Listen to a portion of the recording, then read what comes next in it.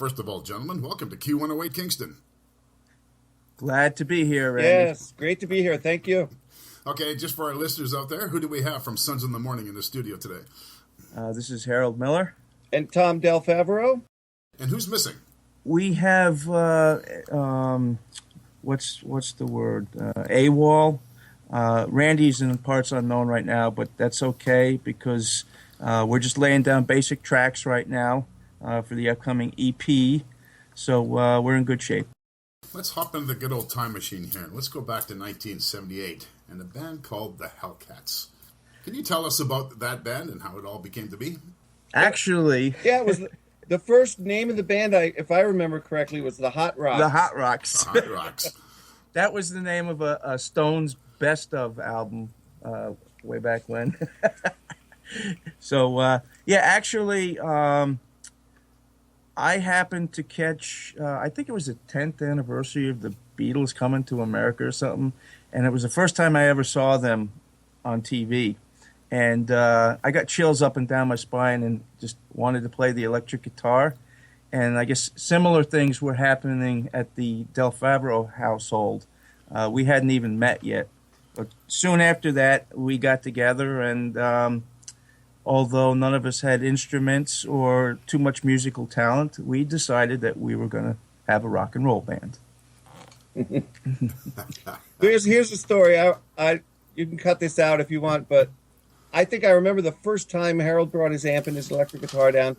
My brothers and I were enamored with this. I had actually had half a drum set at that point, so I was hoping to play rock and roll myself.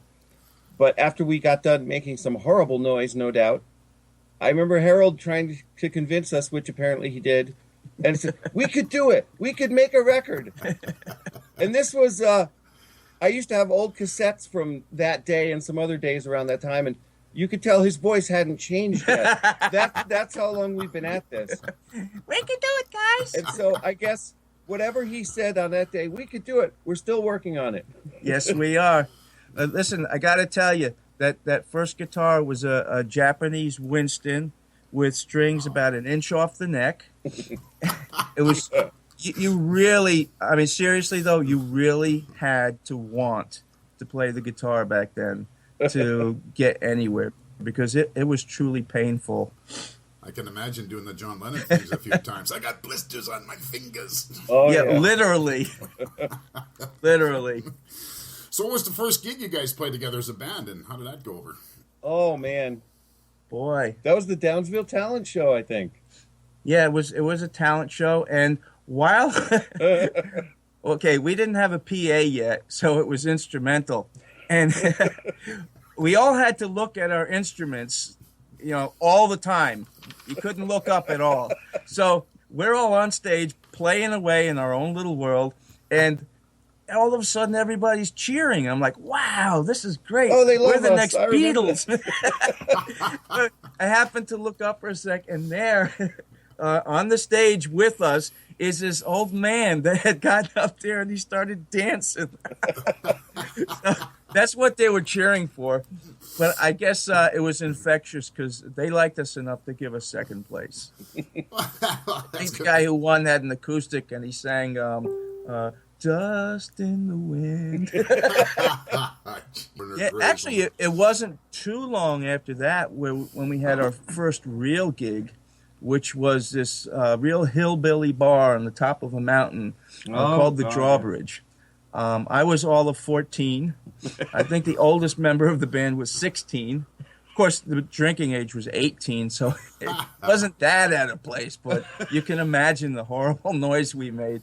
I mean, these guys came in there with their lumberjack boots and flannel shirts, and we're doing our best to imitate Iggy and the Stooges with feedback and everything. And all they wanted was Freebird. We didn't even know that song yet. We never heard it. The thing I noticed, I looked at the bio of the Hellcats, is everybody shared the vocals, kind of like the Beatles and the Monkees did. I mean, not a lot of bands did that. That's true. So y'all took your turns with, with a song. Y'all had your own songs that you could do the lead vocals on, or did you just all mix it together?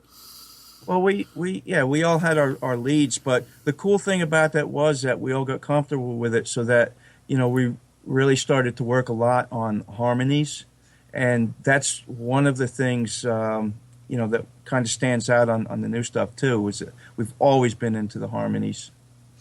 That's great. And who wrote most of the music at the time, or the songs?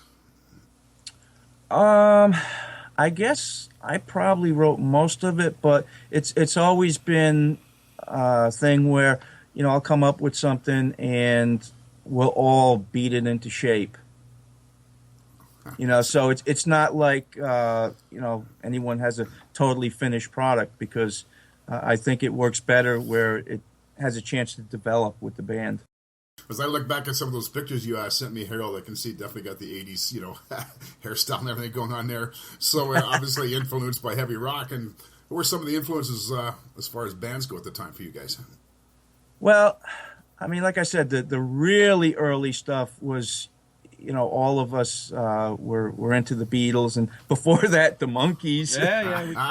But around that time, though, punk really started to come in. So we did a little investigating, and after finding out about the Pistols, we went a little backwards and discovered Iggy and the Stooges and New York Dolls, and we just loved the raw, basic rock and roll that they made. Okay, now the guitar you had mentioned before, was that one of your... Do you still have that guitar kicking around, Harold? I mean, unfortunately, no. No, just like for Winston. No. Oh, this is how I got that guitar. This is cool. Randy's brother had it. I don't know if he played or not, but I went over to his house for dinner one night after school, and I saw this guitar sitting there, and I just had to have it. And we did a lot of trading back and forth back then. And we worked out this deal where I gave Randy, I think, a couple of comic books and an Evel Knievel action figure for my first electric guitar. I don't remember. I didn't remember that story. That sounds something like out of the Big Bang Theory that Leonard would do, or Howard would do, but that's good. How about you, Tom? I mean, as far as drums... The funny thing I just realized when you asked me about instruments is that we're, like Harold said, we're tracking kind of work demos for the next EP. We're just getting the basic tracks together, see what's what, and make sure they work. But I'm tracking with this half of the drum set I used to do it today was the same kit I was playing back then. It was just a nice Slingerland bass and snare drum with a tom-tom that my mom and dad bought me for. And it's seen some miles. Yeah, but it's all valuable and vintage. And it's like, I don't know, I've been hitting it since I was 9, like hard, It sticks. And it stood the test of time, and it's still going strong. Oh, yeah, it's still rock. Well, that's great. Now, Harold, you'd also mentioned that the Hellcats, I mean, you played hundreds of gigs around the East Coast, and it seems like the Hellcats were well on their way to bigger and better things. However, the band broke apart in 1991. What was the reason for the split? Honestly, we had put in a lot of hard work, and we were at the point for quite a little while where we expected we were going to get something going pretty soon. We were approached by quite a few people, and we had a couple of managers, and we were getting a lot of attention. We had a video that was out on an international VHS magazine. So, after being at that point for a while and working our asses off, and just one thing after another just disappointing us, I think we kind of lost heart. I mean, looking back, we probably just should have taken a break, and got ourselves straightened out and hit it again, but it wasn't in the cards. Now, before we move on to what I'm going to call the reunion, what were you doing for the last 20 years? Tom has more interesting stuff to tell you than I do. I actually joined a cover band, which was more of a fun thing than anything, but I switched to guitar primarily. Wow. And got pretty good at it. Played for money, cover, like I said. And then a friend of mine was working with a local band, the Don Lewis Band, and they had just signed a contract with Detonator Records, which I guess the label folded soon after we signed. But anyway, they needed a guitar player to go on the road who could sing harmony with this Don Lewis person. And I joined the band, and I remember coming from the first rehearsal, and my pal Dennis said, "Get flight cases for all your amplifiers and guitars because you're going to need them because we're going to tour the Northeast." So I thought I was on my way, and like one of the first gigs I did was for 15,000 people, warming up for 38 Special, and then nothing happened. As many record contracts do, it didn't make any money, and like that was my big adventure. But I was in that band for a bunch of years, and did a lot of recording. Yeah, we made a lot of CDs, and I learned a lot just about studio record making. Worked with a guy called Peter Moshe, who was in tight with Hall & Oates, actually. Wow. After their heyday, I believe. I'm not certain of the thing, but he taught me a lot just watching him work. Then after that sort of wasn't happening. I got into acting for a while, not on a professional level, but whatever. I found a local theater troupe here and kind of explored that end of You were in a movie. I was in a couple of movies. If you watch, David Cross recently released an independent film called Hits. Okay. It's actually it's a fun movie. I mean, David Cross, he's going to be fun. Making fun of like the YouTube culture. You have to see it. If you watch the opening credits roll, they open it. The first scene is in actually like a dump, reclaiming center, whatever they call it. And if you look way in the background, there's a chubby guy with shorts on carrying a vacuum cleaner, and that's me. And the director told me, act like you don't want to be here. And he didn't. And I've done like very just some extra work for, I don't know, some German television show that was filming in Kingston, New York. A couple of other little things that are not hardly worth mentioning, but kind of fun, you know. But I think the most important thing though about how it relates to now is that, you know, aside from already, I went to the School of Visual Arts in New York City, and while I was there, Tom was also in the city. And what was this? The Institute of Audio Research. So aside from that, having then the practical experience he had later on with Don Lewis, it's really been invaluable to what we're doing now. I mean, and basically after the band broke up, I mean, I was just so disgusted with the whole music scene after putting our blood and sweat into it for so many years. I actually didn't touch my guitar for close to 20 years. I mean, I just didn't want anything to do with it. And a chance reunion with Tom and I very quickly turned into making another album. I mean, it was like once we were in the same room together, it had to happen. You know, we had to do something, and I'm so happy that did, because there was definitely something missing in my life over that time, and it's great. I think the music we're making now, the Sons of Morning album, and what we're recording now, the new stuff, is the best musical recording we've done ever.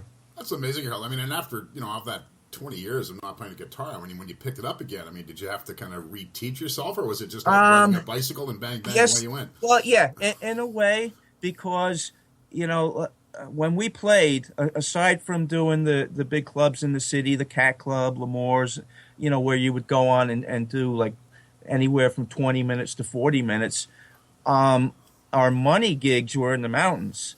And for those gigs, you played 4 to 5 hours. And we would do that 2, sometimes 3 or more times a week for years. So I could probably play in my sleep.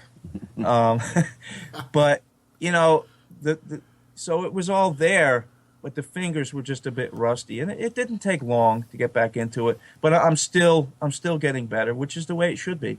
That's right. And who came up with the band name Sons of Morning? Well, I have a notebook at home with probably about 3 pages of band names because, every time we would come up with a band name, we'd run to the computer and Google it, and sure enough, somebody has that name, name after name. So I actually went to the Bible because one night I was watching I was watching TV and fell asleep. When I woke up, this religious show was on, and the guy was talking about hell, like the lake of fire and all this shit. So I was like, wow, there's some really crazy stuff in the Bible. So we just started looking through different quotes and that, and I saw the Sons of Morning quote, which relates to the devil and how he was kicked out of heaven. And I just thought that was really cool. You just reminded me of another sort of angle on this. We're of a very unique generation. I'm not sure how old you are, but... Oh, I'm up there, trust me. Oh, okay. But when we were young, throughout our 20s, there was no Google. We were using a 4-track reel-to-reel to try and make these albums happen, and mixing it down to cassettes. So now, it's just... I got into Pro Tools and sort of kept up with the digital age and yada yada. But to be back with Harold and Randy to revisit the spirit of rock and roll that we did, where like you have to play the song all the way through good. You don't go back and cut it up with the digital. You got to cut that tape with a razor blade. But what a sense of, we wished we could do this since we were 9 years old, and now we can. Oh, it's very, very liberating. Yeah. Well, what I like about that too is, you see, because I'm old enough, at least you didn't have to go through the 8-track era where you would have had to decide which song has the the delay, the click in it. So my little brother had those, and you knew where the empty spots were. It became part of the song. There was a big silent spot in the middle of a song. Yep. click. The bootlegs were even worse. They used to sell them at the carnivals. Now, from your debut album, one of my favorite songs is "Live with Myself," and gives credit to also Richard DelFavero. DelFavero, thank you. And I hate to assume he's related to Tom. Am I correct? Yeah, he's my older brother. The band, the Hot Rocks, formed with Harold Miller, who's here, and I had an older brother who played guitar and a young brother who played bass. And we have to do this joke for him. Oh, Tom, Dick, and Harry? Yeah.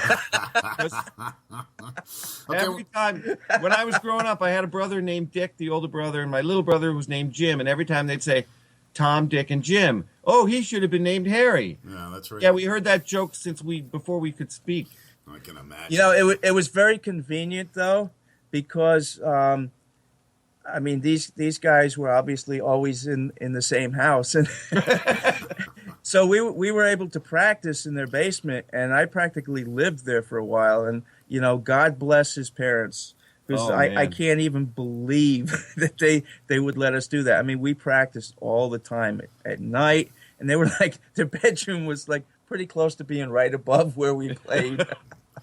Okay, and I also understand now that song had a video produced for it, and as well, some ties to the Hellcats. So first of all, who produced the video for you? That was Paul Casella from Connecticut. And the interesting thing is that Paul had never done a video like this before, and which was cool because I did not want a typical rock video. It's actually more like in the spirit of a short film. It was good. He has the same work ethic as we do, so it was something that had to get done, and the time just didn't matter. It probably through the normal channels would have cost 4 times as much as it did, and it just wouldn't have been possible. Tell us what that song has to do with the Hellcats. Well, that song was actually written for the Hellcats, and it was never recorded. What happened was we used to set up the cassette player at all our gigs, no matter how crappy it was, the sound, just to hear ourselves, to find out where we're messing up, what we could make better. And we happened to catch a decent performance of that song at Bogart's in Albany. And that tape had survived, and going through some of that stuff a few years ago, I found that song, and it was like, wow. This is a good song. We should record it. So I had to listen to it. It was really tough, but with the sound quality. But transcribe the lyrics, write the pattern out, relearn it, and it was good. Actually, it's so much better than if it would have been if we tried to record it then. Yeah. It's kind of cool that it happened this way. So now you and Tom, are you? Do you have a bunch of songs that you've written or and locked away somewhere that you can bring out now, or are you working on new songs as you go along? All new stuff. Excellent. But we have enough started now to easily finish the EP and have a good jump on an LP. Now, besides the band, what do you guys do in your spare time? If you have any. Spare time? Harold is more interesting than I am in that regard. Well, aside from drinking alone, chasing loose women. Okay, George Thurgood. No, actually, I have too many hobbies. I restore pinball machines and collect just about everything. But honestly, these days, I just the music occupies all my spare time. Well, that's good. Well, now that you guys have tasted some success with the release of the album and it's getting airplay around the world, and of course here on Q108, what's up next for Sons of the Morning? Well, just what's on the immediate horizon. Finishing up this EP, and it's cool because when we came into this, obviously, we didn't have the background of promoting in the new digital age, and just knowing how to do that. So it's been a learning experience. But now when this EP comes out, we're already set. Everything's in place. So it'd be a lot easier to get the music out there, I think. Finally, can you tell our listeners where they can purchase a copy of your album? Record World at TSS. I don't know. I don't know if they know what that means anymore. You can go to sonsofmorning.com. You can buy it on Amazon, CD Baby, iTunes. I mean, personally, if you hear it and you like it, buy the CD. It's just so much better to have the CD than just a download. You get to have something to look at and hold in your hand and see the artwork and everything that was done.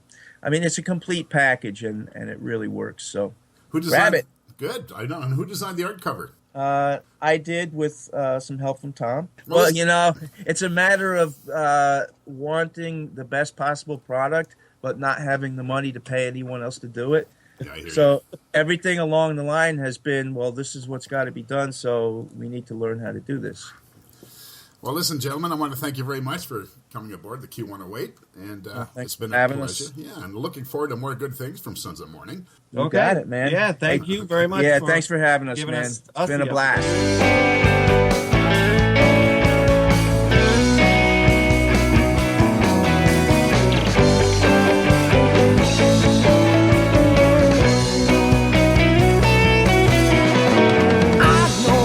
I've got a heart of stone. Now I'm out on the road, but we all need a place we can call home.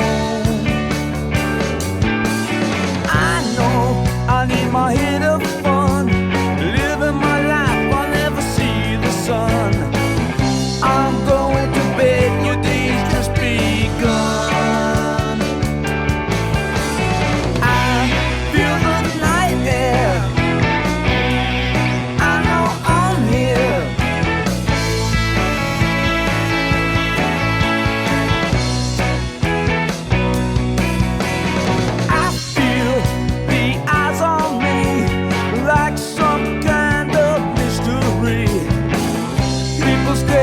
I'm wondering what they see.